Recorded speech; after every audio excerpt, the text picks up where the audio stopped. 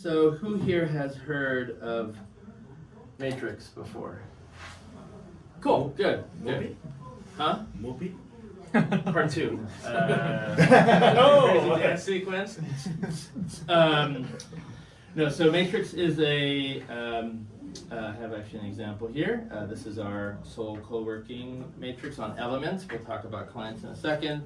But essentially it's an the way I've looked at it, like my most basic terms, it was like IRC, but it's encrypted. And everyone who uses it also doesn't know how UI works. But it's basically a much more secure chat protocol. And where I came to use it for the first time, actually, I joined someone when Gitter was a thing that uses Matrix. You can use Matrix and the protocol, which is an open protocol. You can use it across many things. But when I started working at Oxide Computer, a big Rust shop. We make big computers. We use Matrix for everything, and some parts were like, oh, but then I realized how every other chat protocol app sucks, right? I mean, Slack, I couldn't wait to get off of it. Discord, was better for some things, but they're pushing ads like crazy, more than ever now, I would say. And then now you have the whole age verification, which they maybe pushed off, but they probably will bring back. There's just no winner here. And Matrix, comes from good origins, I would say, but suffers from all the other things that the big companies that put the money into the UI and stuff. It suffers from all the things that it lacks, right? So to bring it a little bit to being in Korea, I work remote. I don't have too many meetings. It's not too bad, but there are certain meetings that I have to hit, and then at late, 2 in the morning or whatnot. But then the biggest thing is I get tons of messages when I wake up at 8 in the morning. We have a lot of West Coast people. It's 5 o'clock. They're just you get all those messages I missed from between 6 and 8 in the morning. I was just feeling going through Element, which is this is obviously the Seoul co-working. We don't have too many messages on here. And we want more. But when you have, the Oxide one, we have 478 rooms, plus group, when you have a group, so the talk that I'm giving, this is actually a group with myself right now. This was a test thing I was doing. So when you have a bunch of groups, you have DMs, it gets huge and you get a lot of messages. So I wanted something where I could search, and Element has search. Let's see here. It does have, actually not there. This is actually a horrible part of it. It's where do you even search? In Element, there is a way. No, this is search bar. There we go. Yeah. What? It goes away sometimes. On the back arrow. And then it defaults to a single room, which is really silly. Oh, interesting. Huh. Because we're going to show how this search is not working. It's not very good. I mean, it's pretty interesting. Well, I will show you that there are Erlang messages in a second. So there you go. Winner, thing. So, let me go through my slides now a little bit. Well, the slides are in the thing that I built. It looks better on a regular monitor, I will say. And so this begins our talk. So chat history, the database search of the TUI, the CLI, the local first matrix archiver in Rust. We'll talk about where the archiving and the local first stuff kind of first came to me. This title is referencing a really recent movie called Nirvana the band, the show, the movie, which is really amazing, one of the greatest comedies ever made. So take a look. All right, so I'll talk through this. So the name of this project is called Matrix Vault. It's probably going to be open source on Oxide Computer, hopefully in a week or so. So I'll announce it across things, but it's a work in progress, local first. I'll talk about that. Matrix Archiver, search and query tools written in Rust.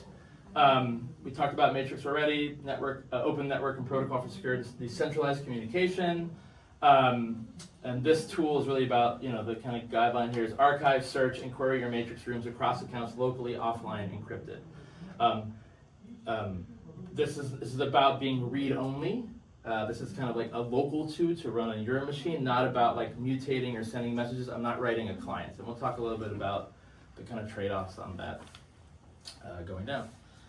Okay, so Yeah, seems cool. What sucks? Matrix end-to-end encryption makes chat private, but also makes it hard to search, as you saw, analyze, or build on top of your own history. And I'll show how we do some stuff with analytics upcoming. I'll segue for demos here in between the slides. These are not slides, these are overlays in the app. But messages are encrypted on the server. Only your device keys can read them, and so there is like this like dual handshake you have to do with Matrix, and it works with the GUI apps or the clients. And I won't run that live, but technically right now with this current chat, I essentially did a handshake already, and so we're logged in. And so when I talked about read-only earlier, there are 2 mutations in this application, and the only 2 are for login, which you basically have to do that handshake, and then verifying and having your keys.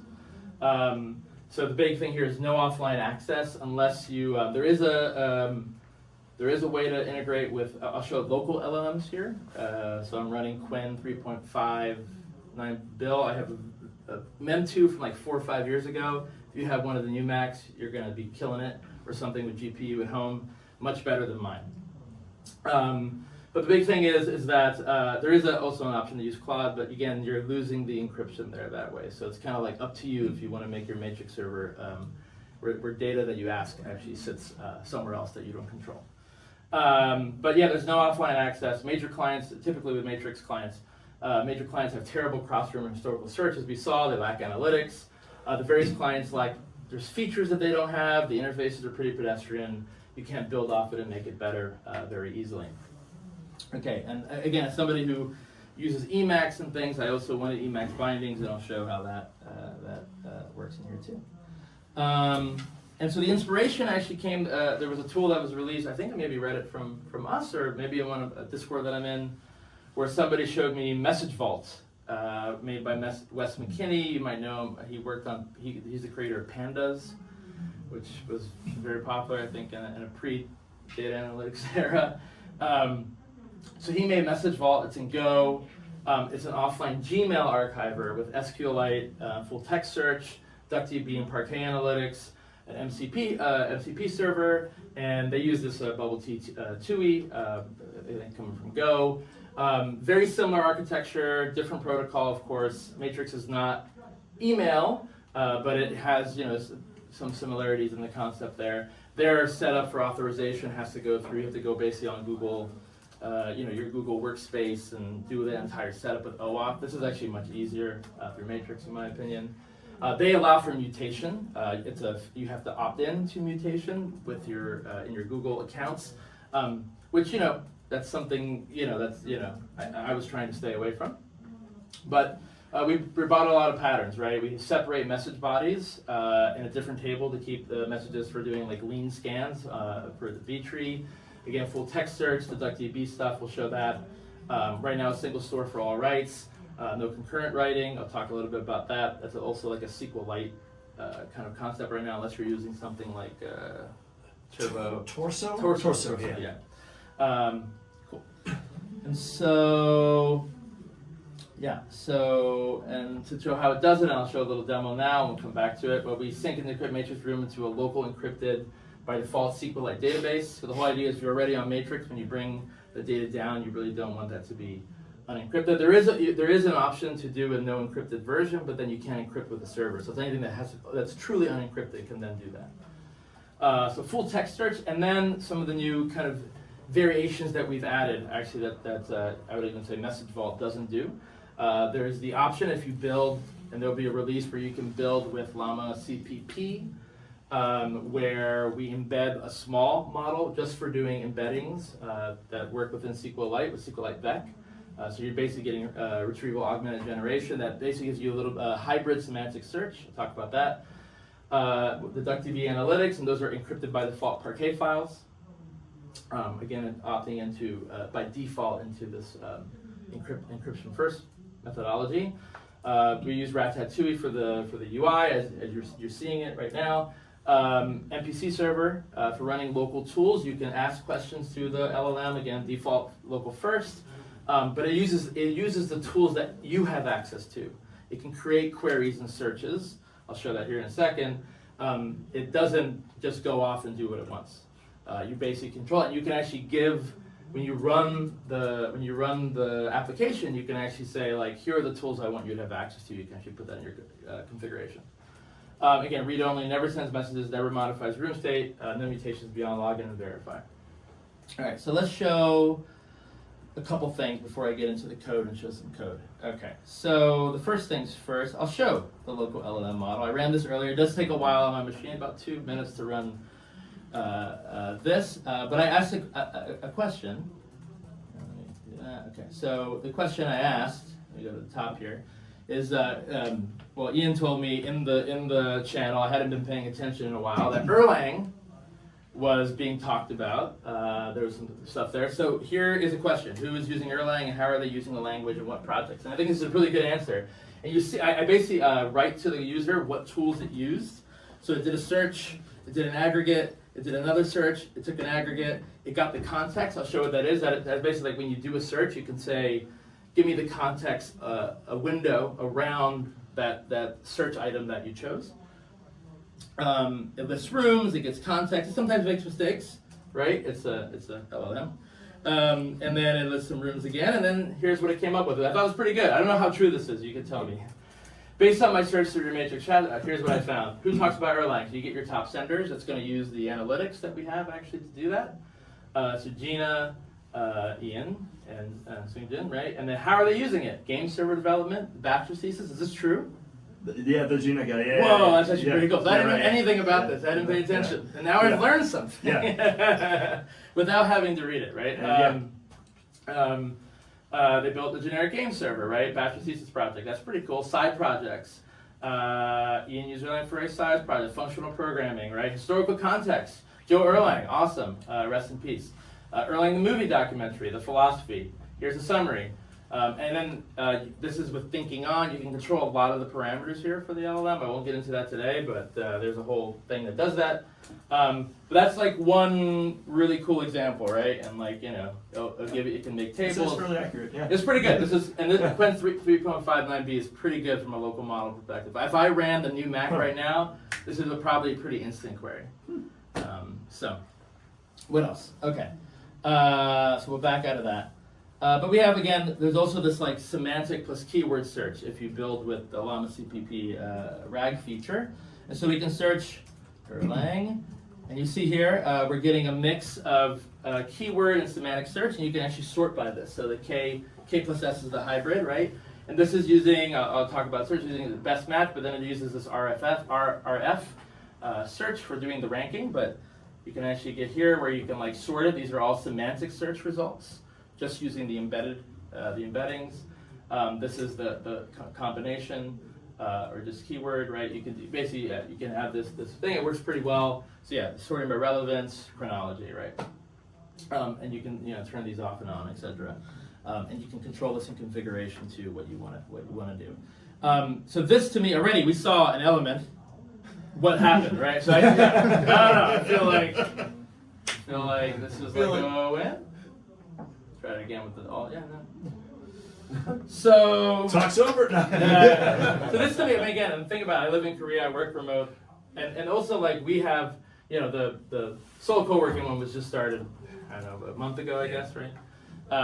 But like the Oxide one, I started, I had my second year in May, but we've been running on our own Matrix server for like 5 years. So, one thing we always talked about was how, maybe we have to build something that runs on one of our machines or on a cloud or whatever, and we have to like take all the messages and make it searchable. It's like, well, instead of that model, building the app that then has to be updated, blah, blah, blah, you build the local version that anyone can just run. And the whole thing is like, if you look at the side here, I mean, I have, there's a DM with me and Ian, it's okay for me to show. This wouldn't be on the cloud variation, right? You wouldn't work with this data, right? So it's only for me. And if Ian uses this app, he gets his group and his messages, right? Plus whatever public ones exist, right? So that's super great, right? All right, some little other things I'll bring up before I get into code. So this is a TUI, right? It's not easy copy-pastable, all this kind of thing. So how do we do some stuff? Well, links, and I'll talk about references. So one thing is when we parse the data, we parse for certain references. I have some built-in ones, so all the GitHub ones are built in because we use GitHub a lot. At Oxide, we have our own RFD site that's actually defaulted. So all these references come in, and so I get like, what are the things I need to go look at? And I can open up links here, and I can say, let me go here, right? Boom, right. I didn't really have to go anywhere, right? Whatever the case might be, we can keep going through this, etc. I really like this, note that Ian wrote, so I can also bookmark it. Okay, and so once I bookmark it, see if this still works. Just show you, there's also a CLI, so I want to maybe do that, show that really quick. Hold on.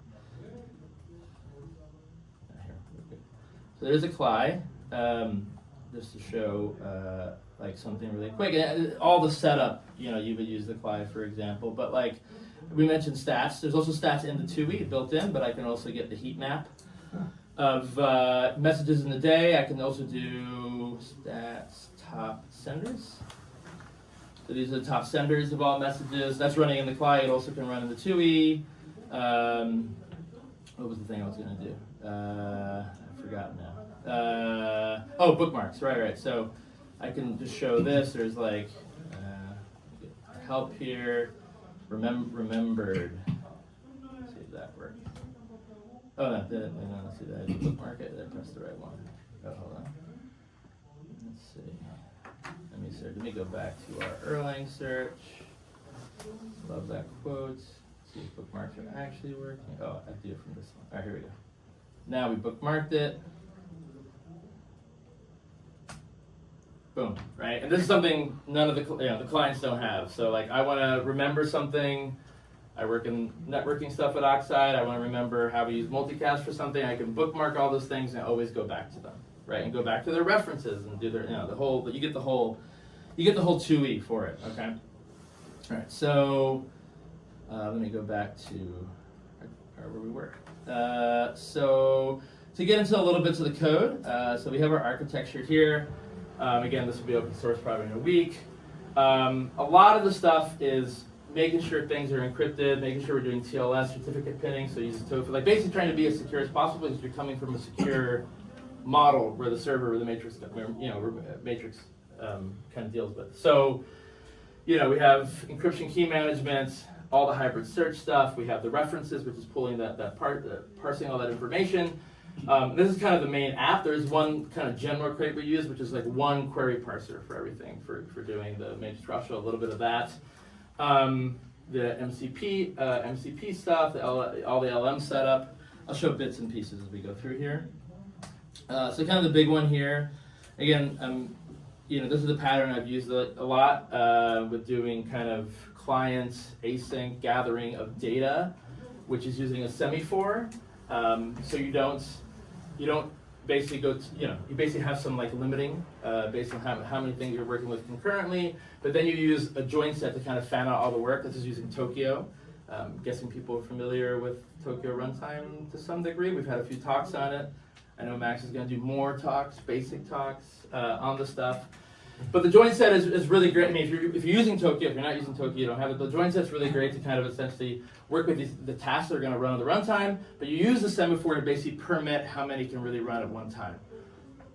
Question, why not there's another pattern where you can say Features like unordered? batch unordered. And Features then, unordered, you mean? No. Okay. There's actually a combinator, Yeah. like batch unordered over a stream. Yeah, If sure. So is that the reason why? Well, there's no stream. The Matrix. Okay, Oh, okay. so this is using the Matrix SDK. Tokyo stream, sorry, Tokyo stream. Yeah, but this is using the Matrix SDK, and so Yeah. it doesn't really operate nicely on a stream model. So it's okay. So I should that say makes sense. that. Question answered. There is Yeah. one trade-off. Yeah. You're using the Matrix SDK. Yeah. Which I haven't used, to be clear. Yeah. There's another pattern with yeah. batch unordered, and then you can set a concurrency limit on that. That's right. Yeah. There is a control for all the concurrency things Yeah. here, as you see here, as we're dealing in this context. But also, another thing with the Matrix SDK, the Rust version, the Rust variant had always basically kind of integrates with Rust SQLite, which is what I ended up using. I didn't really want to go through a whole set everything. This is a side project for work. It's used we're going to use it at Oxide, but it's not my main thing day to day. It's very much a side project, so I didn't have that much time to like redo the world. But so we use Rust SQLite, and this is the thing. So we can do this kind of parallelization of gathering all the data, over I/O. And then, as I'll talk about, the draining is sequential, and that's I'll show a little bit about why that is. But this is kind of giving you the gist of it. And so we go through all the rooms. As you mentioned, like the client, the SDK is clone plus send,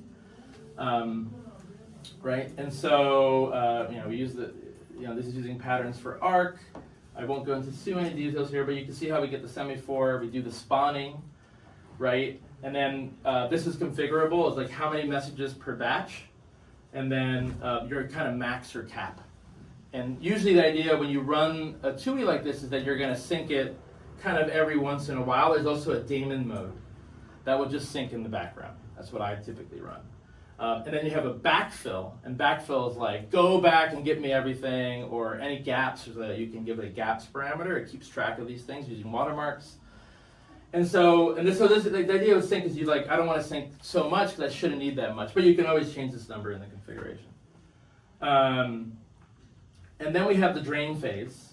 So you get the room, that's for each room. So you get the rooms, you can do some of the rooms in parallel, and then you have to drain them sequentially. And I think I have it in the next slide. Here we go. We talk about why sequential writes. This is from the comments in the code I've made. It's not necessarily a limitation. It's just kind of how things are. We talk about Rust SQLite. That's what we're using. It doesn't have it has send, but not sync. So on a connection is send. So you already have some kind of issues there. You could get away with doing something else, but then you have SQLite being a single writer, right? So even in wall mode, only transaction hold the write log at a time. Now, if you use what we talked about before, what is it called again? Terso. Yeah. Terso is a way around this, right? Now, I should say, I didn't show it in the demo here. This is also one thing you don't get with Element, as we showed there. You can't sign in with multiple accounts. Where is that here? You can't sign in with multiple accounts. You have to basically log off and go back and forth. Some of the other clients let you do that, but have other things lacking. This one can do cross accounts.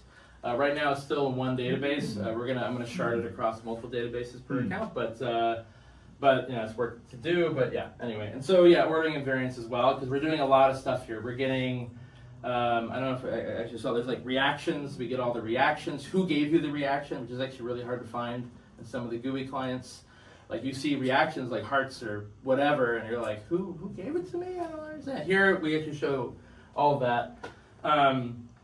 And so we basically, the nice thing about draining in a sequential way, though, it really only takes time when you're backfilling from a long history. Again, like syncing art, backfilling art, it took me like less than 40 seconds. But we're embedding all those things are kind of happening at once, and so that's hence why the drain context works that way. And I think it's a pretty good trade-off for things. Again, this whole thing is decrypt at sync, encrypt at rest. So again, the crypto store, and Matrix SDK has this thing already. The crypto store is kind of built into its apparatus, where it holds this idea of session keys, device keys, cross-signing, and then we store that in the SQL Cipher, the SQLite database, using SQL Cipher, right? Full database. The media files themselves, so we store media. I will show media when I show my cat image at the end. I was kind of holding off on that one. We use the Kitty protocol, the Cisco protocol for working in the terminal. And then Parquet cache, where we can do this Parquet modular encryption, the pair format, right? Which is pretty good. And so, media encryption, we actually use this MVEC header. So we look at the header, can we decrypt it? Basically goes through this process. Encrypt it's plain text data that gets stored, but we encrypt it with that AES algorithm essentially, and then we do this decrypt when we read them, and then showcase the images. And then for key management, this is all built in. This was like a lot of the tedious work that had to get done. So you have OS keychain.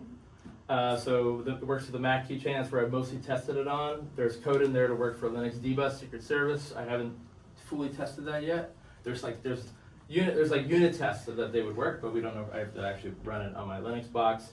There is a way to do passphrase encrypted key file. That's like the backup not recommended, not what we would like by default. The keychain would be the way you would want to do this by default, but it is another option as well. And then you can set up like a secret alias or something to that password, essentially, to open it up. Okay.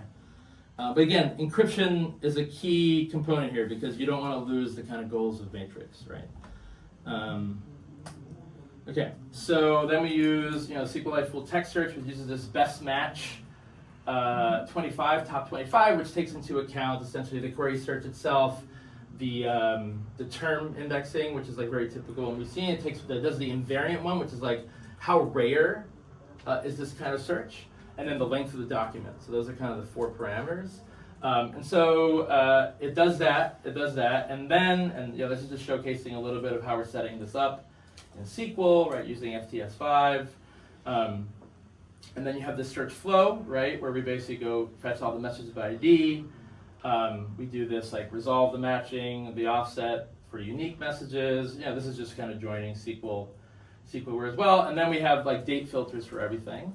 And the next slide actually showcases like all the possible, where the parser, all the possible kind of searches. And again, being inspired by Message Vault, the Wes McKinney project, he coming from Google and email, he used the Gmail style searching, and so that's what I use as well. I thought it actually was pretty good.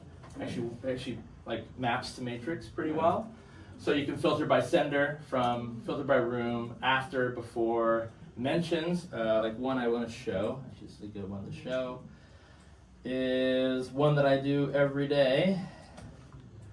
Which I'm not on this channel very much. On Oxide, I would get like 1 million messages.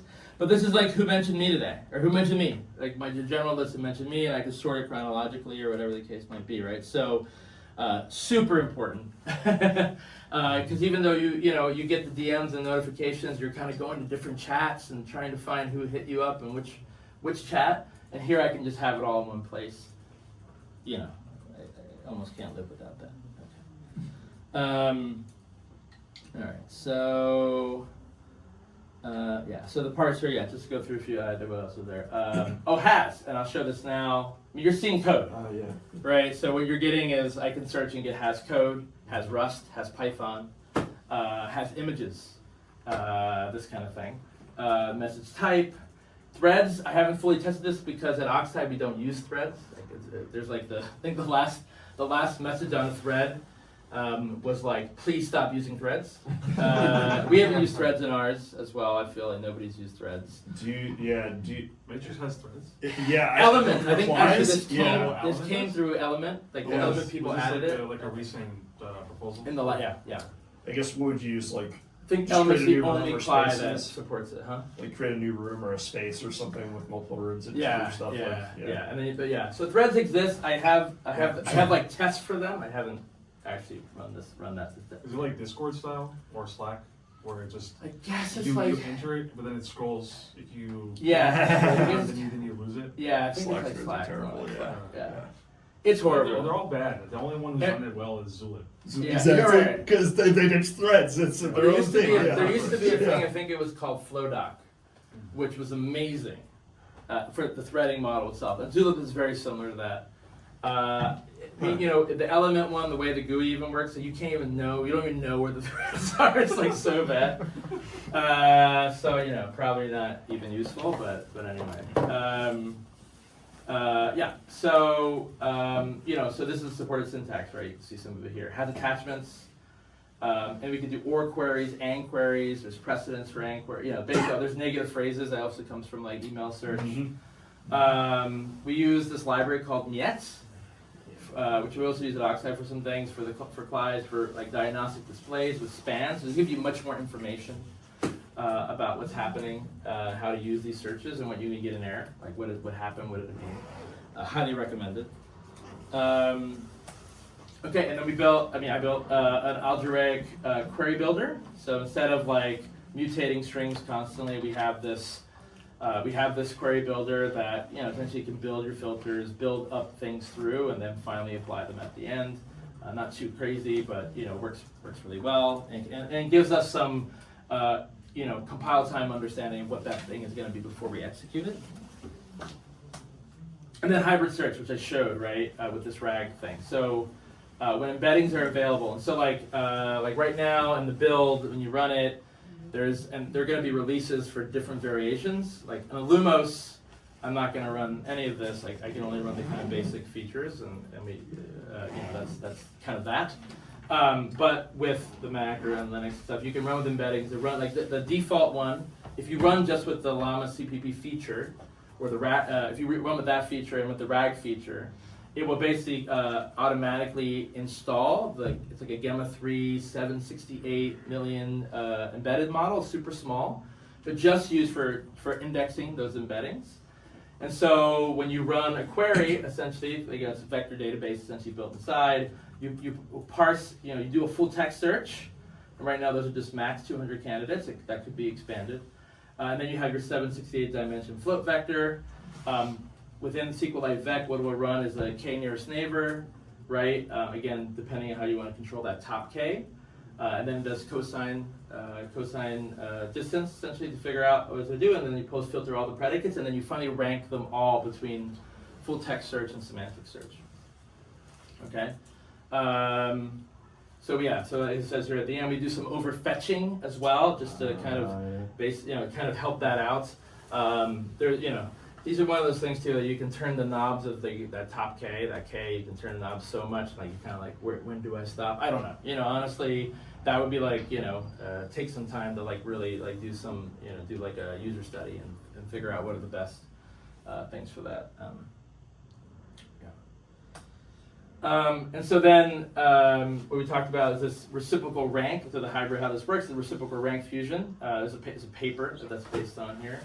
And so we have this is for the hybrid search, right? So we have the keyword, we have the vector similarity, or this what we call the semantic search, and then you have the both, which will give you this RRF boost. And there's a ton of options in like implementing this algorithm. We use the basics from the paper and what people have used. I mean, I didn't really try to do anything too crazy here. And so this kind of what we just talked about, this is how that kind of works through, right? We do this overfetch, as you see here. We put the filter predicates, we apply the distance, we post filter those vector results, we keep track of those IDs, you do the rank. Actually, my next slide actually just showcases it like a non-code version of it, right? So doing that Rust async one again, you have your messages ranked by BM25, by cosine distance, post filter by predicates, and SQLite vec is what's taking care of the k nearest neighbor. Like I'm not writing that myself. We build the sort sets, and yeah, sorry. So you see these like colons and stuff. That's not in the code. This is actually not my thing's fault. Is that when I put them into the other client, so I basically to make this talk, I like put all the information for each slide in one of the clients, and then I sync them to my local to like run it for real. But of course, some of these don't work well with code, and when you put them in, it'll like give you the colons or like some, you'll get mess ups, right? And so it shows you like, the clients are so bad. Actually, I would say one of the things coming doing this was like, if I had more time or I cared about Matrix so much, I would just build my own client with all these ideas, but all the way through. But I was just going to ask, when is this becoming the next Matrix client? I mean, mutations wouldn't be that hard, but then you get that weird thing of like, like build one tool for. Yeah, I don't know. Yeah, it's big. Yeah. So we score every candidate, which is this like 1 divided by k plus the rank plus 1, k equals 60 in this case. We're just defaulting for some of these things, and then you sort by score, right? And then you get where basically the methods agree, and then why did we choose this algorithm? Again, it's kind of a known algorithm, the RF algorithm for this, where it uses rank positions, not raw scores. A BM score of negative 2.5 and cosine of 0.23 can't be meaningfully compared, but ranks can be. So you're kind of like looking at these tiers, right? That get created, and so it works pretty well. As you saw, like you can get some. The biggest thing, I had like this example we showed an element today where Erlang didn't give anything was kind of weird to me. I actually didn't test that earlier, and I expected something. I will say, like in the Oxide chat reviews, I've gotten some information for sure. But what I don't really get is that extra information or contextual information that could be intriguing. So inline media, and I'll probably just show this right after this. But we can do terminal image display protocol, so it uses either Kitty or Sixel. Kitty is the kind of one that I know most the terminals support. I think Ghosty, which I use, added it not too long ago. The reason I implemented Sixtel is I also use terminal within Emacs, like Eat, vterm, but Eat I've used a lot, and it has experimental support for Sixtel, and so that's why I implemented that. Non-image attachments get a clickable OSC8 hyperlink. I think actually Ghosty itself doesn't support that directly, so thankfully we have the Kitty protocol, but doesn't support the OSC8 hyperlink actually. Terminals, they don't all work the same. The reference extraction, right? We talked about that, where you can have you have the types GitHub PR, GitHub issue, GitHub commit, file, Oxide doc. That's the RFD. These are our build map. Those are our own build logs. So these are crate docs. So these are all kind of built in, and you can add your own. So the whole thing is you can create your own configuration in the configuration. Let me show that really quick. So if I show.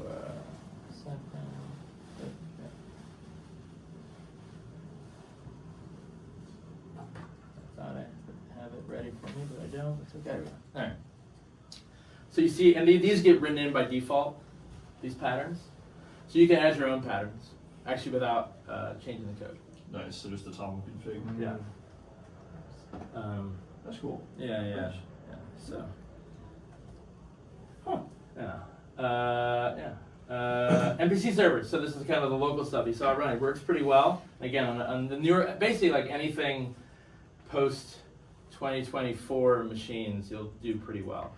And again, this is not just like search any criteria here. This is basically saying use the set of tools we've given you access to search, to aggregate, to query. Again, sometimes make mistakes, so sometimes have the wrong syntax. I've been like tuning the prompt a lot to be better about these things. But it can use analytics, and you can imagine when this is open, people are interested. Like maybe there's more stuff we can kind of bring up. Like say, oh, let me bring up bookmarks more because the person notated those, right? That kind of thing. This is the LLM agent loop. So it's a trait that we have that's provider agnostic, or at least for the ones that we're trying to work with here. And so you basically have to have the send plus sync, send a conversation, get a response, how to integrate, and we have to like strip out thinking tags, this kind of stuff. There's kind of like a lot of noise that comes in when you're working with these models. And then we have the loop, right? And you can configure things like how many rounds you want to go. And this really is all about speed and performance. I tuned it a bit, but there's definitely like, days where I'm like, the context window, all those kind of things are all control. You can control all those things, right? And like these certain nudges. And again, right now it supports Olama, which is pretty normal, Linux, Mac, Claude, and then Llama CPP, which is using the RAG feature underneath. The thing I just found out today, actually, and getting this ready, was that I can't run Llama CPP for both the Ask the LLM and the embedded feature, because it basically overuses like the Apple Metal. So like what I showed today, how I got both to work is I run Olama for the local LLM, and then I run this for the embedded features for the semantic search. There's probably I have to look at like how to maybe get the other thing to work. The TUI, right? Ratatouille is all running in Ratatouille. Link picking. I showed all that, right? Chat minimize, all this kind of stuff, and all the overlays. I mean, if you're writing Rust and you're writing a TUI, this is the way to go. There are a couple little things I don't like, but for the most part, it's really, really good. I talk about bookmarks, which are, again, these are kind of the cool tools. Like, this is just one idea, but I can imagine more kinds of tools where you want to store something that's interesting local. It's really, I think, I worked at a company before where we talked a lot about local first. And this idea of local first is like, and I think in the days of LLMs and building tools, like, how do I build this thing just for me? And I'll show a thing right at the end that like I built this baseball thing, another TUI, for fantasy baseball. And I'll show that at the end, just to kind of show what that means. So testing, actually, I wanted to work with some stuff I had not worked with. I work with TUIs, but we don't, we have some testing, but I really wanted to work with Insta, which is a snapshotting library for doing rendering. First time I worked with that. And so you can basically build like your backend, you create a terminal, and you can draw and actually test against these things. And I don't think I have the greatest coverage on this, but it works out pretty well. I had fuzz testing for like just testing parsing. The parser gets a lot of fuzz testing just to make sure we handle things that go wrong. WireMock, which I'd used before, though a different instance of WireMock, but basically to act as the Matrix client. The Matrix themselves, like the Matrix group, give there is like a server Docker thing you can run that actually can be used for tests. But then it's like a lot of infrastructure, and like for this, like the whole goal, local on my machine that I didn't want to set up, and WireMock works pretty well. There's also a lot of prop tests in here, so I want to talk more about this, but I feel like that's its own talk. Yeah, it's prop its own testing talk. Prop testing talks. But property-based testing, where you basically have invariants that you want to test that get generated, and then it will basically go through a bunch of generations until some cap. And if it finds an issue that breaks the model, it will then give you a smaller counterexample. So the tree, it shrinks the tree and gives you a counterexample. And so these are really great for things like, bounds checking, sanitation, round trip, like doing, you basically, it's almost like a little proof. It's not all the way, but it's kind of giving you some of those same ideas. And so the search parser and renderer for everything gets generated that way. All right, so to kind of wrap this up is, a read-only learning first tool, something you can trust. The tool can never act on, it never modifies room and member states. The one thing is I do have a setup in here to work with Claude. I haven't actually used it with the actual data, but like what it ships with, if you do use Claude, is like a lockdown, only access for the tools version of Claude as well. Again, Simple made easy. There's no write path, no config resolution, no moderation, security. There's a small attack interface, and it's local by default, right? You don't the local LLMs, which work pretty well. You don't that never leaves your machine. The model itself is a black box, but the data will never hit some middle server somewhere. It's not a client, but maybe it should be. It's always a question. There's no bidirectional understanding of state from the server, right? This is like server to you, but it doesn't really. There's nothing that kind of goes back. And then, you have to resync to get updates, or you run the daemon, which runs in the background. Again, that's configurable, how many times you want it to sync. Do you want it to sync with media? Do you not want media? And so media, right, I talked about it. So it shows up really bad on this render here. Let me see if I can find a better one. You said you... It's so sad. Let's see if we get another one that looks a little better. Oh, okay. It's for some reason it zoomed in here on this thing, so I think the resolution, but we got some eggs. Yeah. So these are all thumbnails that get generated, right? And that's controllable as well. So you want to have larger images, you're paying more for space. So this is the thing with local first, right? You're paying more. This is why I always say I love a lot of the ideas of local first. I worked at a previous company that was really into this stuff, but the reason no one uses it because nobody wants to pay the money, actually, is what I always say. Though for something like this is actually really nice because it's super simple. Yeah, so that works out pretty well. Maybe just one more test has, what other code have you guys written? Just Rust or anything? Not sure if we've actually posted much in that chat. But mostly me now. Yeah, it's all me. Oh, there you go. Yeah, this is where I'm talking about Rust, yeah. The link thing and the bookmark thing I use a lot. All right, so yeah, that's Matrix Vault. And hopefully if people here are interested, it's gonna be open source. There's a lot of work that can be done here if you want to learn Rust and kind of go through stuff. It's also I think it'll be a really great example of stuff, and you can do a lot of cool things, especially if you're using Matrix. I know everyone I demoed this at work were like, where the fuck is this thing? I want it right now. So that's why I have to get it out. And just show you like local tools. So yeah, I'm in this like fan graphs, like very statistical oriented baseball thing. And so I've been just building. I'm just constantly building tools now. And I have a team, and this is all like... Fellow Justin Dreyer, I see. Yeah, it was my first time. Actually, for Matrix Vault, I used Just. Just is awesome. Yeah, pretty good. He's done my job. Yes. It's been pretty good. For anyone who doesn't know, it's like it's like Makefiles, but simpler, and it's written in Rust. Really nice. Just write just and then the name of the action, basically. And there's like variable. You can kind of give it variables and Yeah. templating. It makes some of the stuff nicer. Yeah. Sorry, I thought I had this. Compiled earlier. I did. Let's see, maybe. Let's wait 8 Oh, minutes. here. All right. Cool. Let's wait 8 minutes. So I love fan graphs. I love all the stats, zips, steamer. It runs Chrome in the background to scrape, so it basically pops up Chrome on its own. We'll scrape. It's all HTML. Fangraphs might have an API for some stuff, but not for the daily stuff. So one thing, I'm in a draft right now. Finishes this weekend.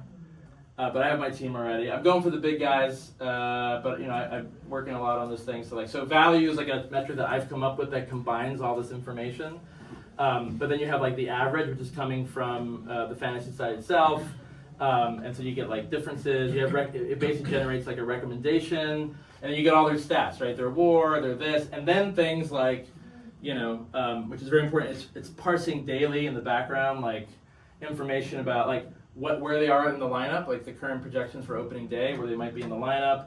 Hey, Spencer Horowitz is on the, Jeff McNeil is on the IL, right? So that's coming from data that we're getting. So like, hey, I don't want to play somebody, so like, I have my my lineup here. So like this is actually a good example. The first game of this year in MLB is there's only two teams. I think the Yankees and the Giants. There's no other game. So I only have Matt Chapman. So it automatically knows that he's the only person I can put in the lineup, right? No one else. But it starts telling me who are the next pitchers coming up that I have on my team. Then when are they going to pitch, right? Because like, as I said, like my spouse was like, please don't do fantasy. Don't do it. You don't have time. And I said, well, what if I build something that kind of like cuts my time a lot, and I just have to like quickly put in my lineup in the morning, it does. So it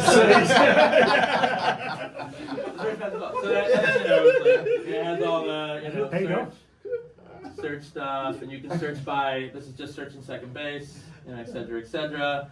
And like I did the bookmark thing before, right? So like I have my targets who I'm looking for in the draft. Yeah, so anyway, local tools, things for yourself. Has it paid off yet? The time. Yeah. It wasn't that bad. Like, it was basically like trying to find all the right sources and some way to come up with that value. I tweaked that a lot. That was probably the most work. But now that it's done, I don't have to think about it. So, and then this gets updated all the time. So those are things that are super great, right? This is like big. This is the last thing I added, right? Left versus right, because when you change your lineup, you're hitting a pitcher left or right. Good pitcher, stuff like that. So. Cool.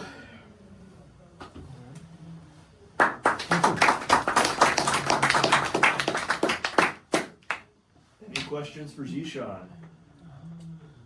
Super early on, you mentioned semaphores. Yeah. I was just wondering why you chose those over mutexes or read-write blocks. Well, the semaphore case, the mutex case, then you're putting a whole lock on something.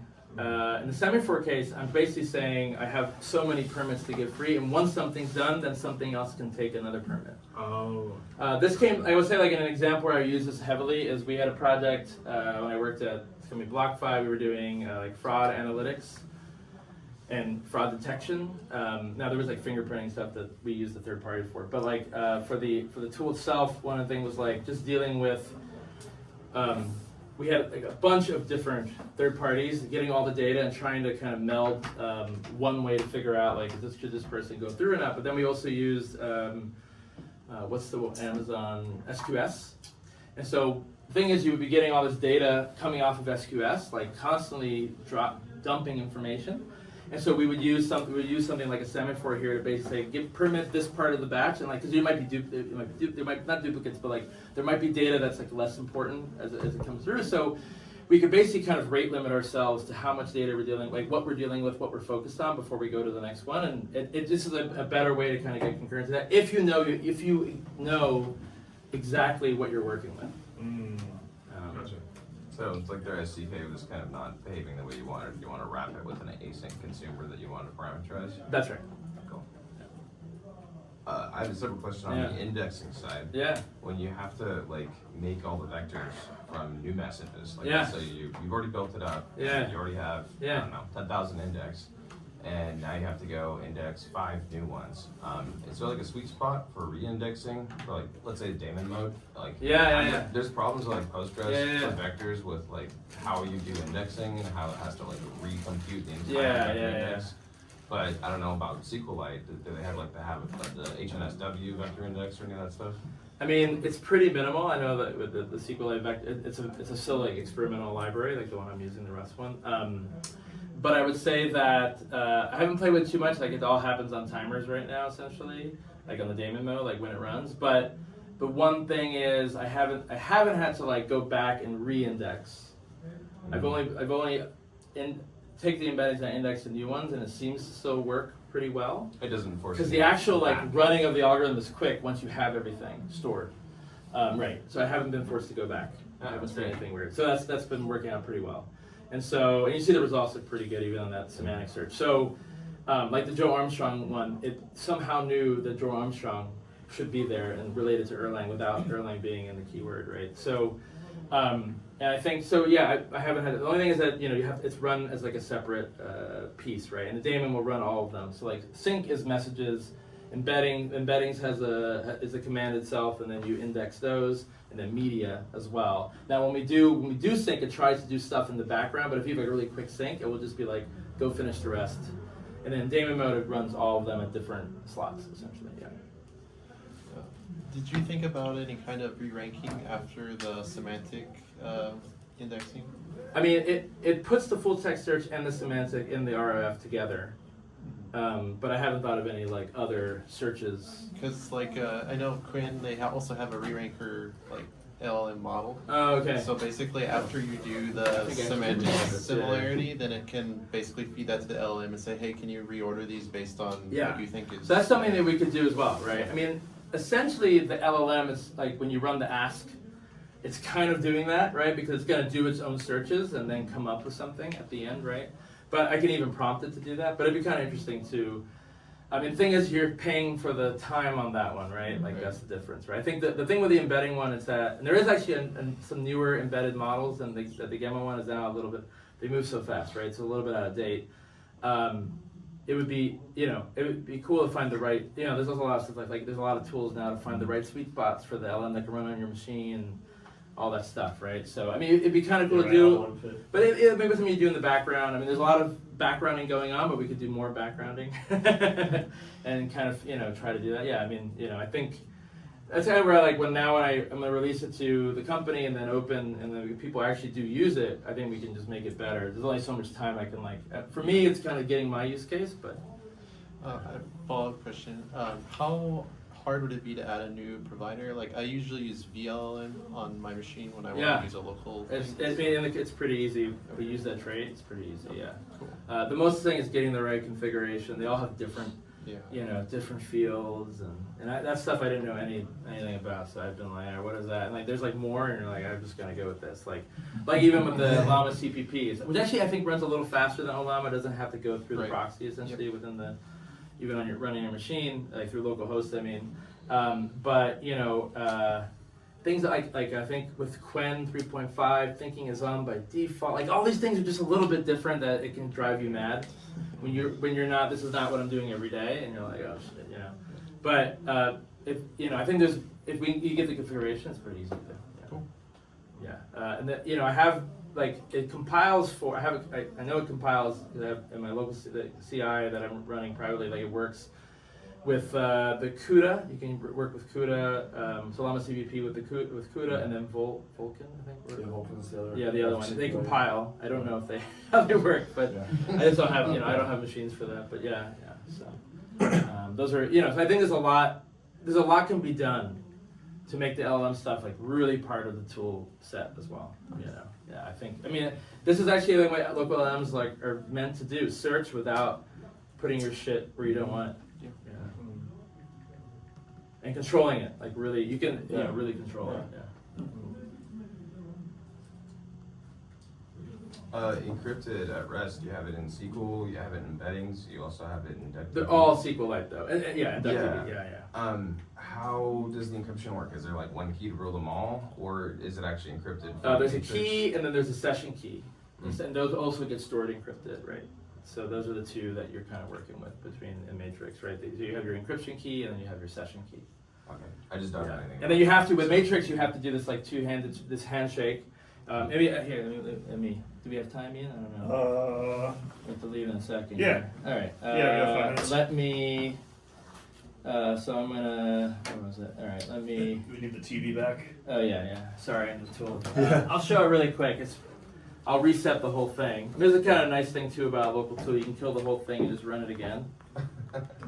And again, with the oxide backfill does take a little time, but because it's a lot. And there's you'll find issues with the backfill will run and things were not de-encrypted correctly, and then there's a way to retry decryptions. It doesn't always work. Matrix is just not a perfect system for this stuff. So let's see. So I will reset. And yeah, it's a casino reference if anyone. Ace in the hole. Anyway. So we'll do an initialization. Sorry. I'm doing stuff. Choose content. Start mirroring. Sorry about that. Cool. I'm just running like this. So I just did an initialization. I reset everything. I initialized again. And then what I'm going to do is log in again with my username. It's going to ask me for my password, which I'm going to have to go to 1Password for. Sorry. We can see. Everyone close their eyes. Oh, no, it's okay. No, it's okay. You just copy the clipboard and it's you're Look at the recovery and I'll keys. come out of the video. They're all there. Where was I? Here we go. And uses tofu, so it does pin TLS as I mentioned. So now it's performing. It does an initial sync, but just up to some number. There we go. Oh, I did the oxide one. Oops. That's fine. But just to give a sense, I can even show that. It's totally okay. So we did the login, and then we got to do the verify. All right. Well, here, let me actually do that. Do that one more time. Not the oxide one, I probably, just in case. Not too much trouble. Okay.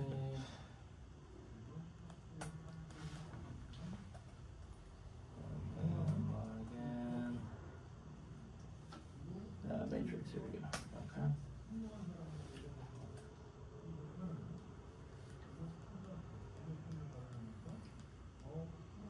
Cool. And then let's do the verify. And then to verify, I use one of the clients.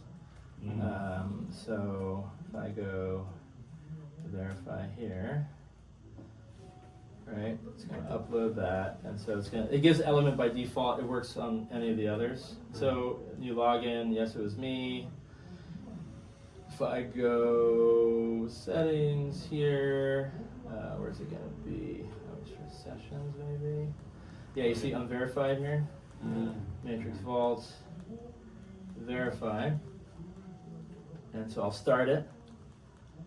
And then you'll see here I get the SSA. That's verification. I get, this guitar. Looks right to me. Unicorn at the end. They match on both sides. And then you're verified.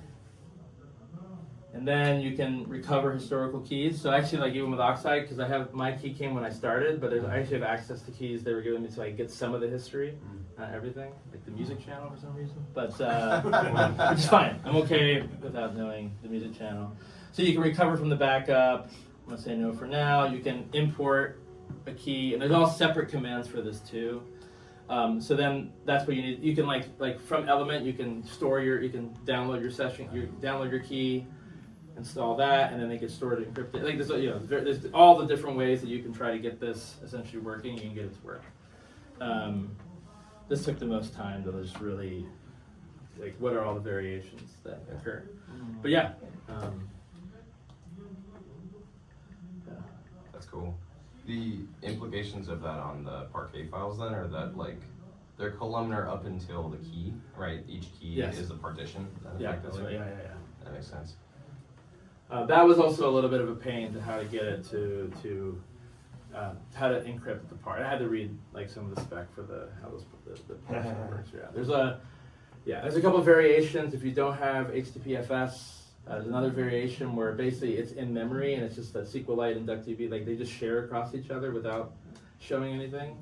That was a little bit painful. It's basically like if they're, because you don't know who might have certain things turned on or off. But yeah, I mean, once you do that, it works pretty well. And all the terminal emoji stuff works and the imaging. So yeah, the media is encrypted. So yeah.